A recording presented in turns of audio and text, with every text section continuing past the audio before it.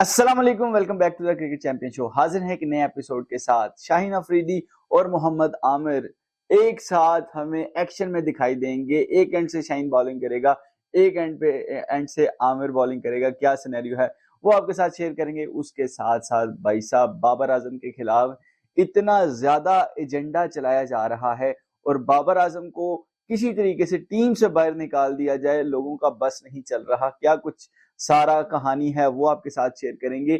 उसके साथ साथ जो दूसरा T20 है वो पाकिस्तानी टाइम के मुताबिक कल संडे को 11:10 पे खेला जाएगा। उसके अंदर कौन सी चेंजिंग आने वाली है उसके बारे में डिस्कस करेंगे। और भाई साहब इंडिया ने अपना स्क्वाड अनाउंस किया है टेस्ट के लिए, जो कि उन्होंने इंग्लैंड के खिलाफ खेलना है, क्योंकि इंग्लैंड जा चुकी है इंडिया के अंदर और वहां पे उनके टेस्ट हैं। 2 टेस्ट की सीरीज यानी 2 मैचेस का स्क्वाड जो अनाउंस हुआ है वो भी आपके साथ शेयर करेंगे। मैं सईद फैजान शाह आपके लिए लाता हूं क्रिकेट से रिलेटेड मजेदार किस्म का कंटेंट।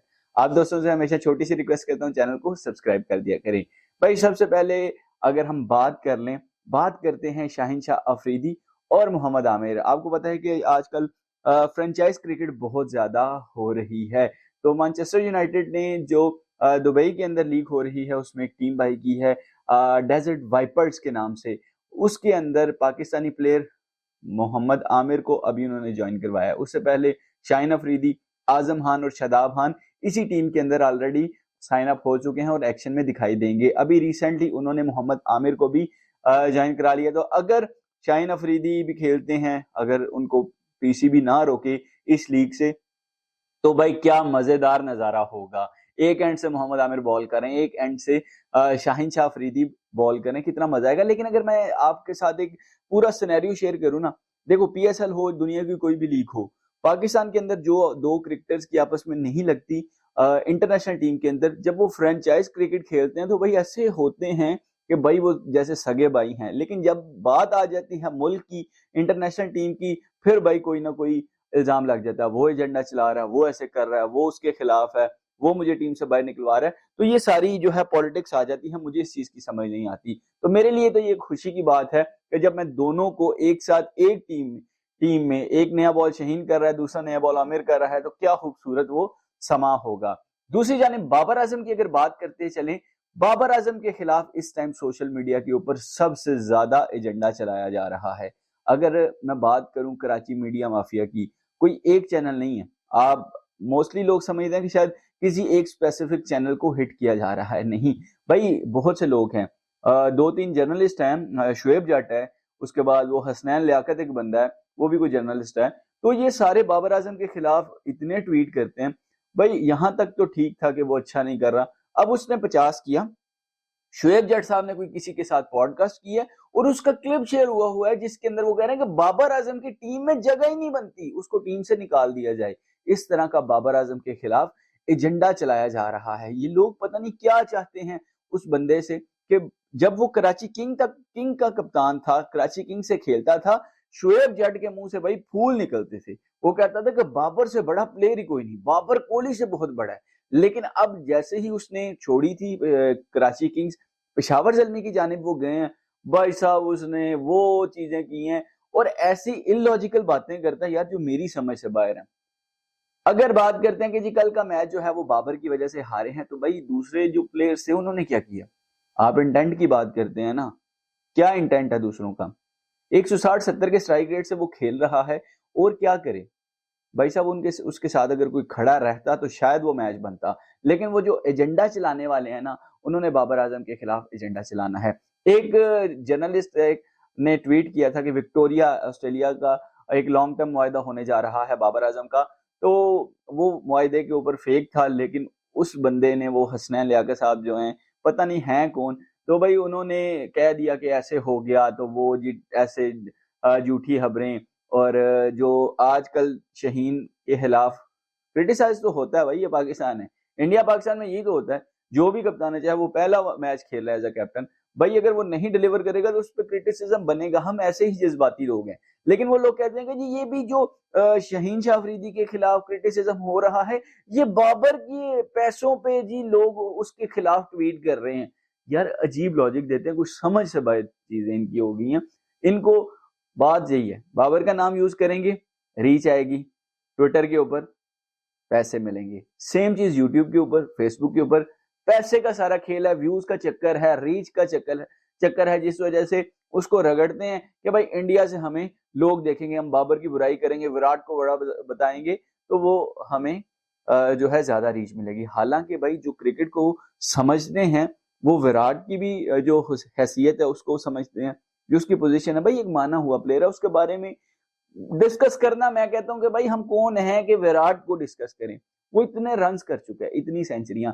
लेकिन भाई साहब बाबर का जानबूझ के उसके साथ जी वो बाबर भी कोहली है, पहले ये खुद चलवाते हैं, देन उसको ऊपर चढ़ाते हैं, फिर उसके खिलाफ क्रिटिसिज्म करना शुरू कर देते हैं। ये एजेंडा आजकल बाबर आजम के खिलाफ चल रहा है। जब से ये मैंने वो वीडियो सुनी है ना कि जिसमें शुएब जट साहब ये कह रहे हैं कि बाबर आजम को बाहर होना चाहिए, मेरा ये ऊपर वाला जो हिस्सा ना ये घूम रहा है कि ये है कौन भाई, इसने कभी जिंदगी में क्रिकेट खेली होगी जो उसके खिलाफ एजेंडे की बात करता है। खैर उनके अपने पैसों का चक्कर है सारा।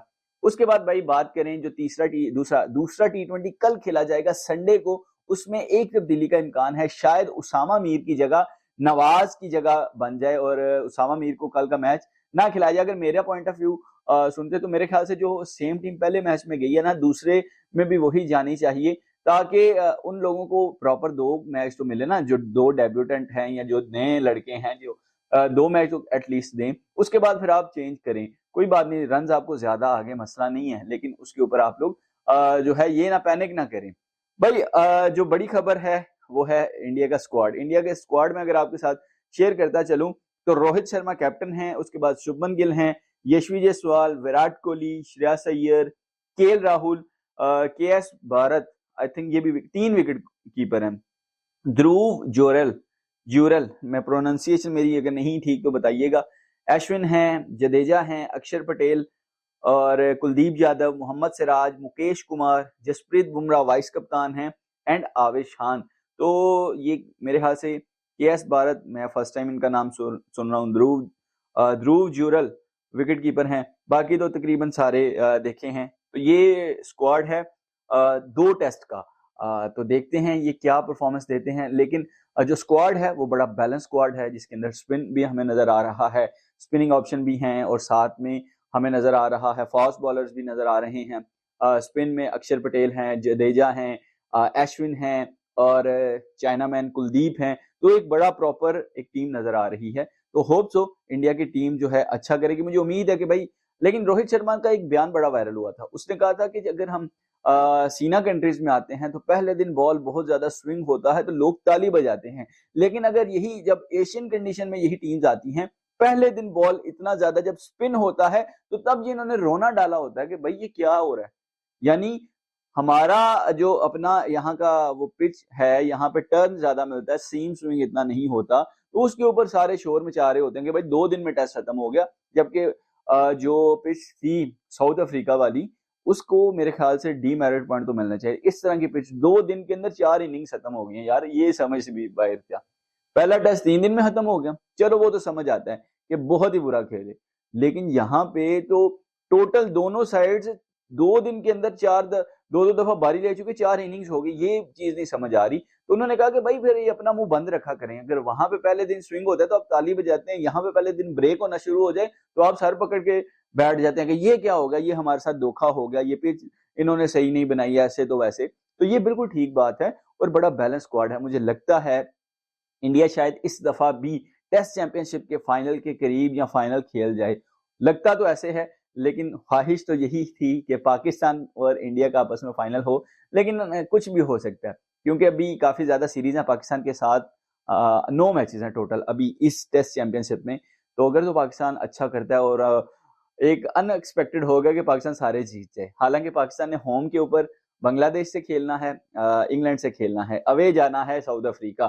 तो देखते हैं पाकिस्तान भी क्या करता है, लेकिन पाकिस्तान इंडिया का अगर फाइनल हो जाता तो मजा आ जाता। ये आज के दिन की सारी क्रिकेट अपडेट्स थी, उम्मीद करता हूं आपको पसंद आई। अगर ऐसी ही क्रिकेट से रिलेटेड अपडेट्स न्यूज सुनना चाहते हैं तो चैनल को सब्सक्राइब कर लीजिएगा। अपना बहुत सारा ख्याल रखिएगा, अपने इस भाई को अपनी दुआओं में अपनी प्रार्थनाओं में याद रखिएगा। अगली वीडियो तक के लिए अल्लाह हाफिज।